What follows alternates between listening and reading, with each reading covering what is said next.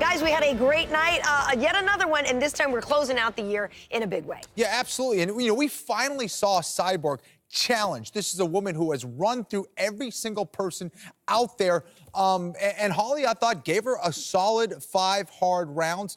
Cyborg is just brilliant, amazing. And Kenny, speaking of running through, we had an exceptional co-main event where we saw Habib run through every strike that Edson Barboza threw, landed so many takedowns, and so many significant strikes from the top position. All right, well, we have a lot to get to, folks, so let's do it right now. Highlights, Ken Flo.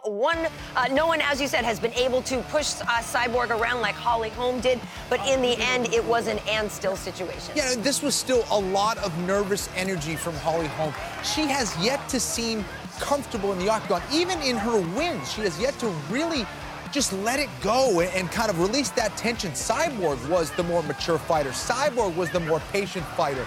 And I thought that was the difference. The other difference, the power. Every time they traded, if Holly landed a shot, it was typically just an arm punch. Didn't even move Cyborg. When Cyborg landed a shot, it got Holly Holm's attention. It would rock her. It would stumble her. And just the power was just significant. The power advantage was significant for Cyborg, no doubt about that. Well, 100%. We all knew that was going to be the differentiator in this fight, that she was not going to be able to deal with that power, but she would have had to replace that power with volume. She did a good job of getting in and out, throwing some strikes, landing with kicks, but I think she needed to be a tad bit more active if she wanted to secure the victory. And also, she cannot have her back against the octagon because we all know that Cyborg is going to let off with those hooks. She did a great job, when I say she, I mean Cyborg, hiding behind her jab, using that to set up the combinations, and also showing that she's a true veteran by being patient and waiting on the proper time to land those strikes. Well, we do know that Cris Cyborg retained her title in her first defense, but Tyron, you were walking around here saying, I don't know. Oh, my God, you're going to try to act like... Okay. Because you said, okay, what, set the record straight? Let me set the record straight. Or did you not say that you think Holly may have won the fight?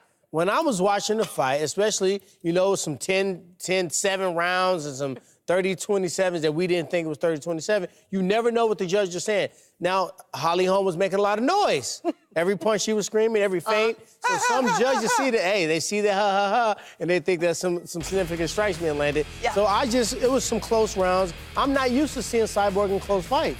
So I'm like, who knows? The judges might have been like 3-2, Holly Holm. I love it. KB putting the pressure like Habib Nurmagomedov on Tyron Woodley. He had nowhere to go. No, I love it. No. Nice job. Well, Ken Flo, we talk about, you mentioned here the maturity that Cris Cyborg displayed here. And I was actually quite impressed with that as well, because usually she does win a fight much more quickly. So what did you see from her tonight that impressed you just beyond getting a win? Honestly, she understood the idea of tactics and strategy way more than Holly Holm. For me, I felt like Holly Holm, she just kept trying to blitz every single time. And I don't know. She is at her best when she's trying to counter-strike, and I expected her to wait for Cyborg to come and then land a shot, then get an angle, then fire a kick, or at least throw some kicks down the middle. Try to stop that forward pressure or wait for her to go second. She was not doing that, and she was getting caught because of it. Well, she definitely made Cyborg run into a couple punches. But I think what happened she did. What had happened was when she ran into those punches, she saw that those punches did not phase Cyborg. And sometimes that becomes a little bit intimidating when you hit somebody with a clean shot and they're still walking forward, throwing back at you. But also, I agree with Kenny Florian that she was throwing so many high kicks. You got to know Cyborg was going to be prepared for that after watching the Betchko Vea and the Ronda Rousey KO. So when she was throwing those high kicks and they were being blocked and checked by Cyborg, she should have switched that up to a push kick to the face and throw down the middle. Well, Ken Flo, I have a question for you, though, because one of the biggest critiques of Holly Holm's game is she's not aggressive enough. Sometimes she's overly patient and only waits for counters. And so now she's being criticized for taking the opposite approach. So she needs to find the sweet middle there?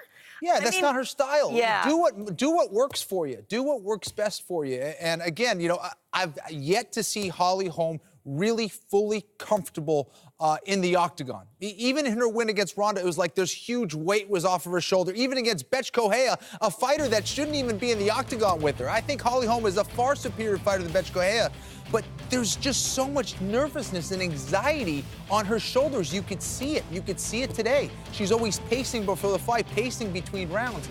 This is a fighter that is an 18-time boxing world champion. She's competed at the highest level, but for whatever reason, in the UFC, she's just not relaxed out there yet. Kenny, I think that's her style. I don't think she fights relaxed. I think that's the way she comes out. When she's at her best, she's bouncing around, she's doing her 1-2 thing, and that's just the way she competes. In this fight, I think she did what she should have done. She actually surprised us in the clinch, grabbing Cyborg, being able to handle her in the clinch, and pressing her against the octagon, whether she was getting a break. No matter what, she wasn't getting punched by Cyborg. If she would have been a tad bit more active with her offense and switched up her striking combinations, the variety of her strikes is what lost her the fight. She kept throwing the same punch. Cyborg started to cue in on that, started to counter and land those vicious hooks as we see right there. If she would have did a little bit better job noticing that she was not landing with the high kick, was not landing with the blitzing punches, and switch those things up, maybe she would have more opportunities to land. Listen, I thought Holly went a good solid 5 rounds with Cyborg. I just think that with her skills, she should have done even better. I hear you. I hear you. Okay, well, Megan Anderson was supposed to be facing Cris Cyborg. There were some issues, and she was not able to fight her after the fight, though. The champ did say that she would like a fight with Megan. There was some talk about bantamweight champ Amanda Nunes coming up to challenge Cris Cyborg. Dana actually was okay with that. I'm with that. He has said that. I know Cris didn't really want to fight a fellow Brazilian. T-Wood, what do you make of the Megan Anderson option here? I want to talk about the Amanda Nunes option. I bet you would. Because she actually has the power to potentially hurt Cyborg. She's the only female fighter I can think that's on a roster that has the tenacity, that's ornery enough to get in her face, and actually has the accuracy to hit her in a spot that can hurt her. Yeah, and I tell you what, as big as Holly Holm is, Megan Anderson's even bigger. I mean, she's a good-sized featherweight.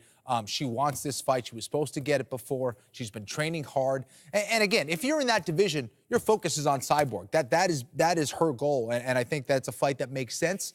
And a fight that probably should happen before the Amanda Nunes fight. As much as I want to see that fight, that's. I mean, I just want to see it. I want to see it too. Because you brought it up. But to be honest with you, I also want to see Jermaine Durandamy go back to 45 and fight Cris. Except she had her chance, like this. Except she had her chance. She's like, I've never seen a champion. I'd rather give up my belt than fight I've never Cyborg. seen a champion so freely give their belt up. So I'm good on that one.